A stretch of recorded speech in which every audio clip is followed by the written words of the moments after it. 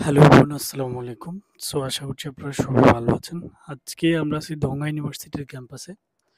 So দংগা university কিন্তু international স্টুডেন্টদের জন্য মোটামুটি বলা চলে একটা বেস্ট চয়েস। কারণ হচ্ছে যে সমস্ত স্টুডেন্ট একটু ভালো র্যাঙ্কিং ইউনিভার্সিটি খুঁজতেছেন এবং হচ্ছে আ মোটামুটি আ ভালো সাবজেক্ট চাচ্ছেন। সো সাবজেক্ট সিলেকশন এবং হচ্ছে ইউনিভার্সিটি সিলেকশনের দিক দিয়েও দংগা ইউনিভার্সিটি অনেকেরই ১ম চয়েসে থাকে। যারা র্যাঙ্কিং ইউনিভার্সিটিগুলো খুঁজতেছেন এবং যারা চাচ্ছেন যে যেমন ব্যাচেলরের একটা সাবজেক্ট আছে ইন্টিগ্রেটেড বিজনেস ম্যানেজমেন্ট।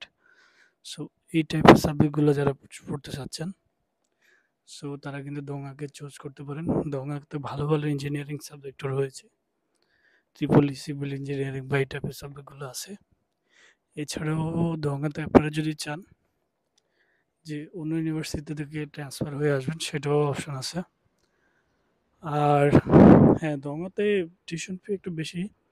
কিন্তু আ বাংলাদেশ বা অন্য কান্ট্রি থেকে অনেক স্টুডেন্ট যখন আসতে যায় তখন ওরা খোঁজে যে র‍্যাংকিংটা কেমন? সো র‍্যাংকিং যদি খুঁজতে যান তখন হচ্ছে দোঙাকে আপনাকে চুজ করতে হবে বুসানের মধ্যে। আর দোঙাটা হচ্ছে বুসান সেন্ট্রাল সিটির একটু বাইরে। তো সেক্ষেত্রে হয় কি এটা ভিন্ন আরেকটা এলাকা। তো একটা হচ্ছে দেওয়ানদং, নামগো বা এই এরিয়াটাতে অনেকগুলো ইউনিভার্সিটি। বাট এটা হচ্ছে হাদান স্টেশন বেস। সো এখানে কিন্তু আপনার আ ইয়ে নাই লাইক হচ্ছে স্টুডেন্টদের রাশ মোটামুটি কম অন্য ইউনিভার্সিটির চেয়ে। সো সেক্ষেত্রে আপনারা যারা দোঙাকে চুজ করতে পারেন, আ তারা এই জিনিসগুলো খেয়াল করবেন ইউনিভার্সিটি সিলেকশনের সময়। আর দোঙাতে ব্যাচেলর, মাস্টার্স এবং পিএইচডিও করা যায়।